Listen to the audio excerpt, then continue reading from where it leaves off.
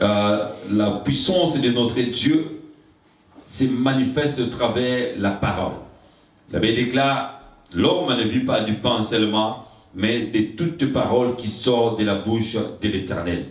Alors la bouche de l'Éternel veut parler et que le Saint-Esprit de Dieu se manifeste encore dans ces moments pour nous éclairer au travers de la parole, pour nous aider à comprendre, oui, la pensée de Dieu au travers du message d'aujourd'hui. J'ai la foi, chacun de nous, dans ces lieux, et les gens qui vont suivre, oui, au travers des images, vont, oui, s'associer à nous et vont recevoir la grâce que le Seigneur nous fait aujourd'hui par rapport à ces messages.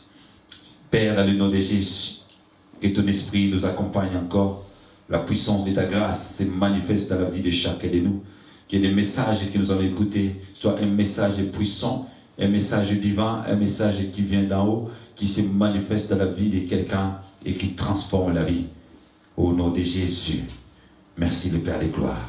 Alléluia. Voilà, bien aimés, aujourd'hui nous voulons parler de l'image d'un agneau familier. Le thème d'aujourd'hui, c'est l'image d'un agneau familier.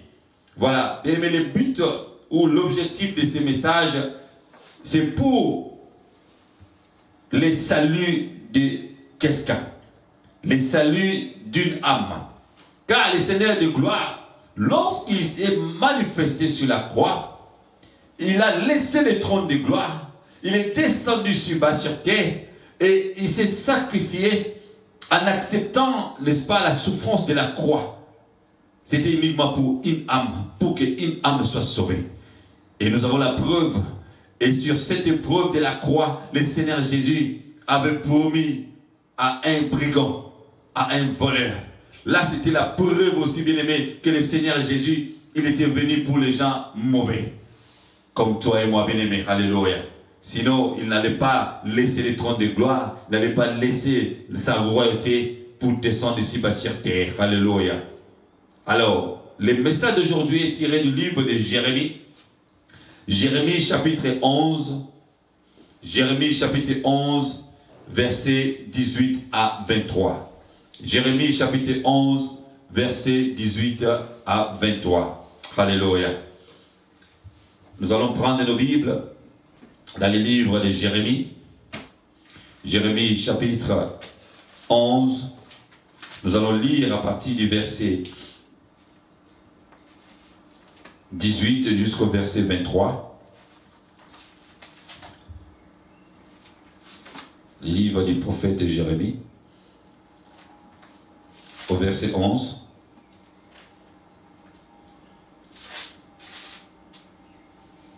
À partir du verset 18 jusqu'au verset 23, la Bible déclare: L'Éternel m'en a informé et je l'ai su. Alors tu m'as fait voir leurs œuvres. J'étais comme un agneau familier qu'on mène à la boucherie. Et j'ignorais les mauvais desseins qu'ils méditaient contre moi. Détruisons l'arbre avec son fruit. Retranchons-le de la terre des vivants. Et qu'on ne se souvienne plus de son nom. Mais l'Éternel des armées est un Dieu, est un juste juge, qui sonde les reins et les cœurs. Je verrai ta vengeance s'exercer contre eux, car c'est à toi que j'ai confié ma cause. Au verset 21, c'est pourquoi ainsi parle l'Éternel contre les gens d'Anatoth, qui en veulent à ta vie, et qui disent, ne prophétise pas au nom de l'Éternel, ou tu mourras de notre main. C'est pourquoi ainsi parle l'Éternel des armées. Voici, je vais les châtier. Les jeunes hommes mourront par l'épée, leurs fils et leurs filles mourront par la famine. Aucun d'eux n'échappera, car je ferai venir les malheurs sur les gens d'Anatoth.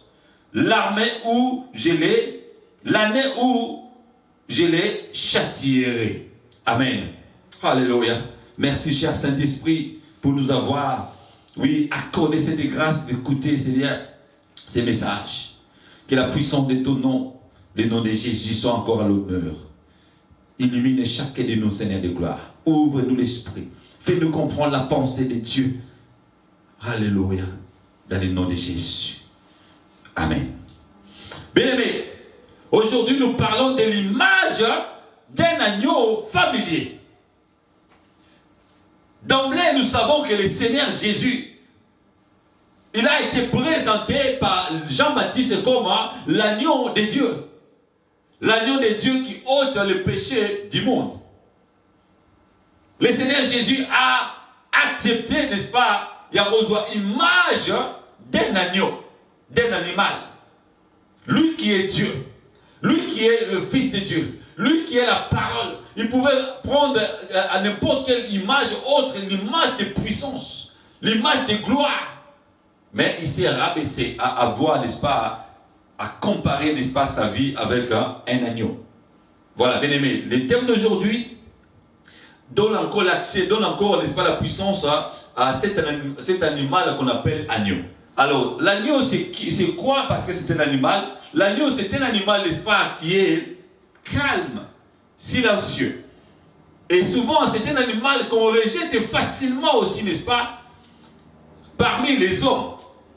Et un agneau, c'est quoi encore, bien aimé? Un agneau, c'est ce qu'on appelle les petits de la brebis. Donc, moi, il y a brebis.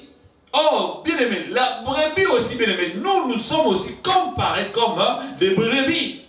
Oh, les brebis aussi, bien aimés, ils ont les mêmes caractéristiques que les agneaux. Parce que les agneaux, n'est-ce pas, où l'agneau vient de la brebis. Donc, moi, le brebis a bâti. Donc, il a aussi la même caractéristique que l'agneau. Donc, la brebis. Donc, la brebis aussi, elle est douce, elle est calme. Et voire même quand on l'amène pour tondre, n'est-ce pas, même à sa fourrure, bien aimé, elle ne dit rien. Même quand on l'amène vers la boucherie, elle ne dit rien.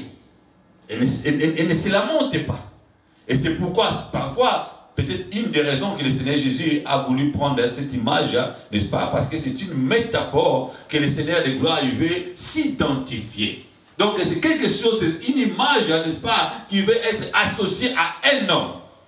Alors cet homme-là, ce n'est pas n'importe quel homme, cet homme s'appelle Jésus-Christ. Alors là, aujourd'hui, bien aimé, dans le livre de Jérémie, on parle, alléluia, de quelqu'un, alléluia, et l'image d'un agneau familier. Lui-même, Jérémie, à l'époque de Jérémie, il ne connaissait pas le nom de Jésus-Christ. À l'époque de Jérémie, il n'y avait pas encore la naissance de Jésus-Christ. À l'époque de Jérémie, bien aimé, lui qui était né dans une ville qu'on appelle Anatote. Et dans cette ville-là, il y a eu ce qu'on appelle auparavant, n'est-ce pas, une ville sacerdotale. Nous allons voir ça tout à l'heure, bien aimé. Donc, cette ville-là, il y avait ce qu'on appelle l'arche, on a mené l'arche de l'Éternel. Donc, si on peut comparer, bien aimé, avec la vie qu'on vit aujourd'hui, ou bien la vie de nos parents, de nos grands-parents, c'est comme si, n'est-ce pas, dans une famille, là où il y avait, n'est-ce pas, un serviteur de Dieu, dans une famille ou dans une parcelle, bien aimé, on célébrait la gloire de Dieu. Parfois, dans le pan des fois, on est au sein de la culte, ou bien, n'est-ce pas, il a un groupe de prière. Mais après quoi, on a abandonné l'œuvre de Dieu.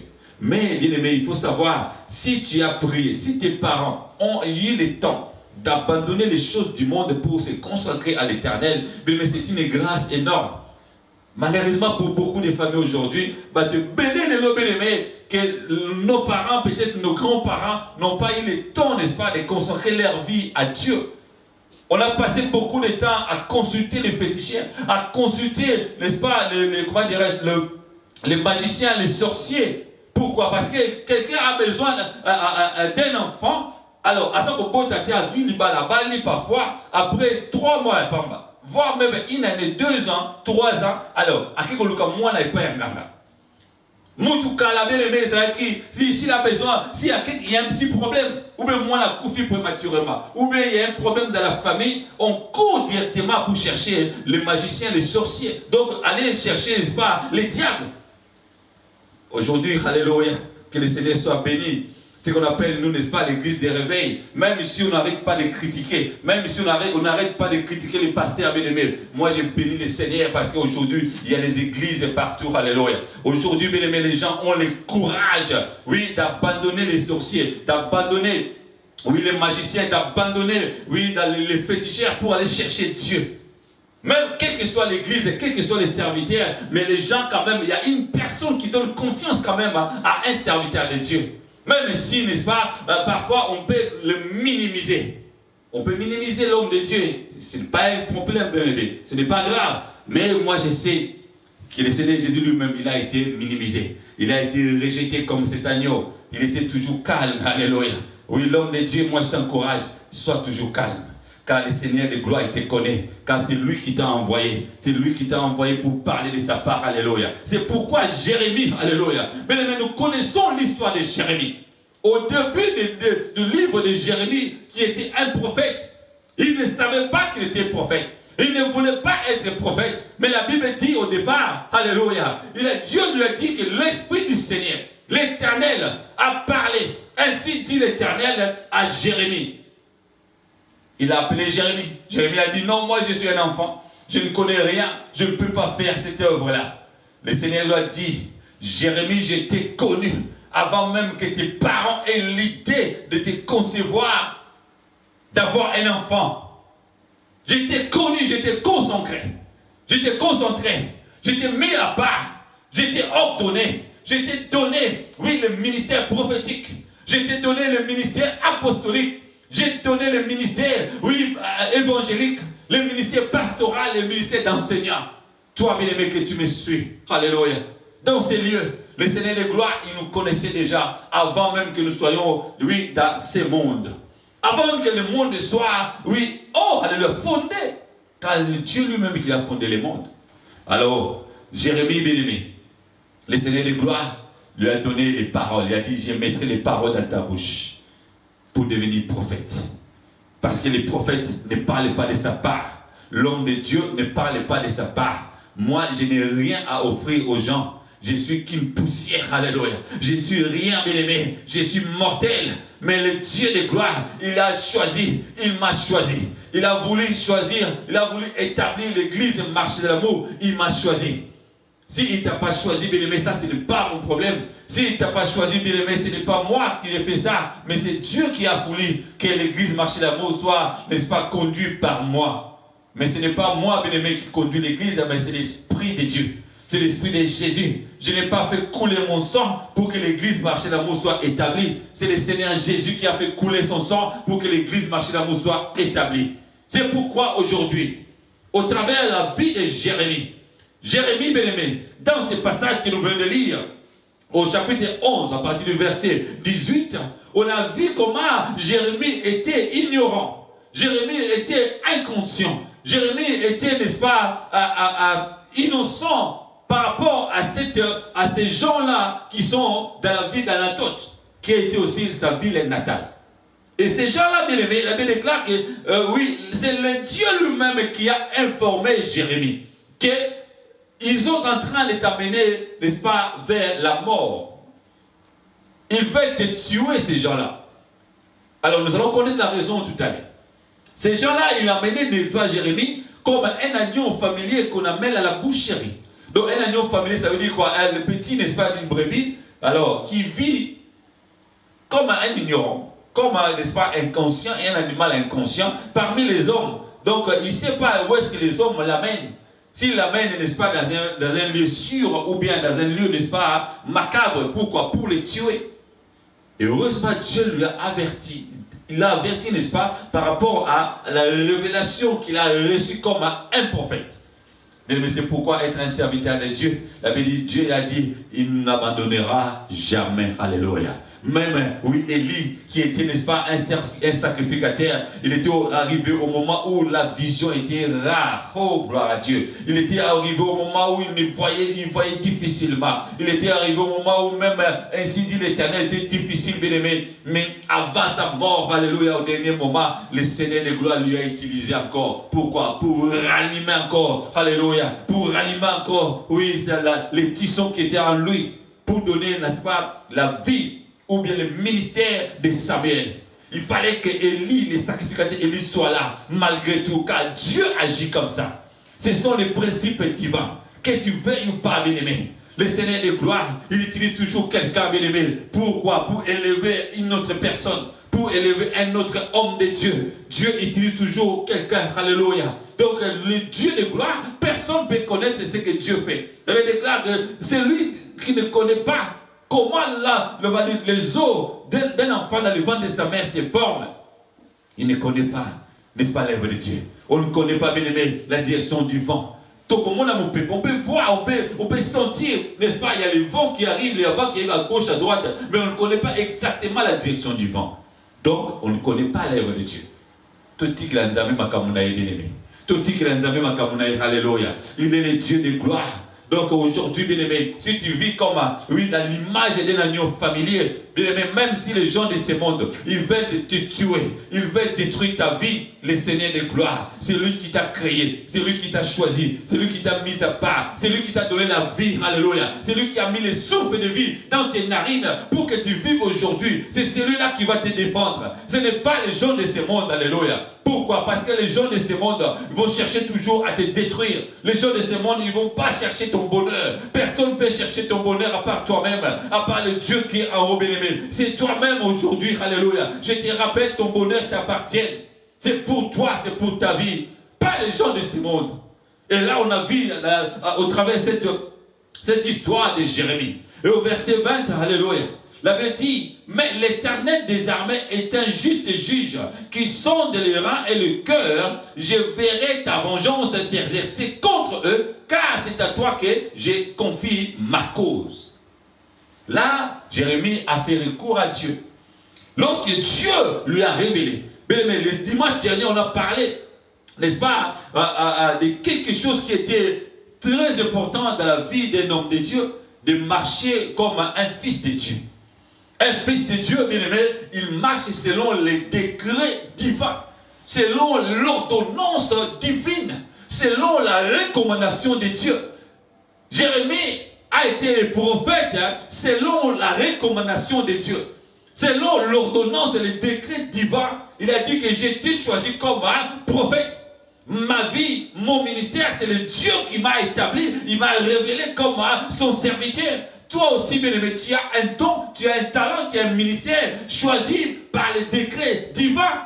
Côté les gens de ce monde, bien aimé, qui t'amènent vers la boucherie, qui t'amènent, n'est-ce pas, vers, n'est-ce pas, pour tuer, n'est-ce pas, ta vision, pour tuer ta mission. Tu as une mission, tu as une vie, bien aimé.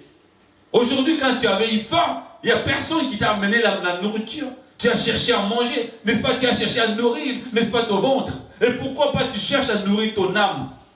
Qui va le faire à ta place? Personne, bien-aimé. Personne. Et surtout ici, aujourd'hui, bien-aimé, au moment eschatologique, oui, nous sommes arrivés au temps de la fin. Les gens ont abandonné l'amour de l'œuvre de Dieu. C'est pourquoi l'église marche de l'amour s'est élevée. Alléluia. Le Seigneur de gloire a établi l'église marche de l'amour. Pourquoi? Pour donner, n'est-ce pas, redonner l'amour de servir Dieu. Les gens confondent toujours la mission et la vision de l'église marche de l'amour.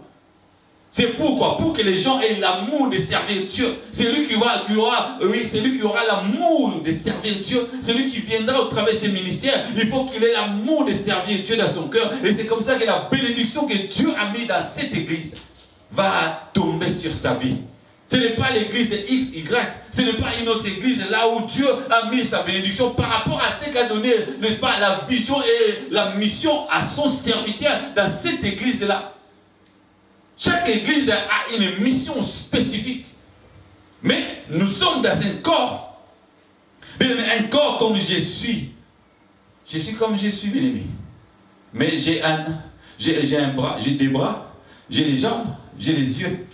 Alors, même mon petit orteil, bien aimé, ne peut pas dire qu'il est moins important par rapport à mon œil. Non, parce que si on coupe mon orteil là, je vais souffrir, je vais crier, je vais pleurer parfois. Ça me fera mal. Donc il ne faut pas qu'on enlève mon orteil. Et pourquoi Dieu a créé ainsi? Donc chaque organe dans le corps a une fonction. Chaque église dans le corps de Christ a une fonction. Pourquoi on minimise les églises? Pourquoi on minimise les serviteurs? Quelle que soit la taille du serviteur, quel que soit son compte en banque, bien-aimé, même s'il n'a pas la voiture, il n'a pas une voiture, même s'il n'a pas une maison, même s'il n'a pas de femmes, même s'il n'a pas comment dirais-je, il n'a pas d'enfants, même s'il manque quelque chose, il est toujours serviteur de Dieu. Bien-aimé, dans le passé, dans la Bible, les personnages bibliques, beaucoup, n'est-ce pas, ont servi Dieu. On n'a même pas parlé de leurs femmes.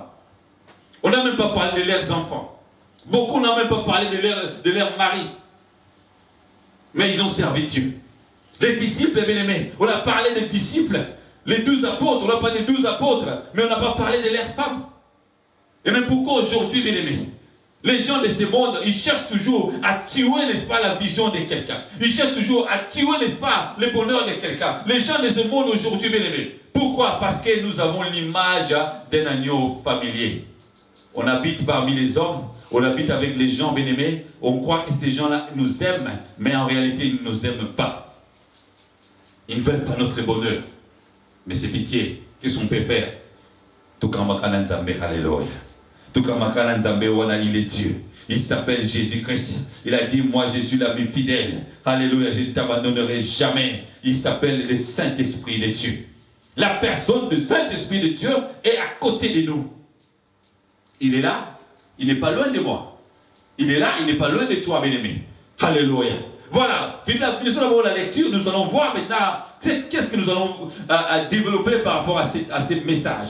Alors, verset 21, c'est pourquoi ainsi parle l'Éternel contre les gens d'Anatote qui en veulent à ta vie et qui disent, ne prophétise pas au nom de l'Éternel ou tu mourras de notre main. Oh, gloire à Dieu.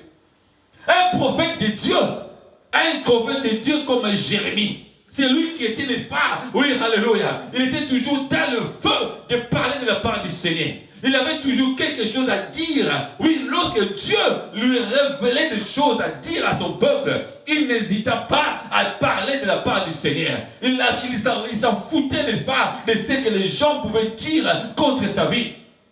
Et là, bien aimé, on lui a donné, n'est-ce pas? Alléluia. On lui a fait, n'est-ce pas, des avances. On lui a fait peur. S'il continue, qu'il arrête de profiter de la part du Seigneur, ou sinon on va les tuer.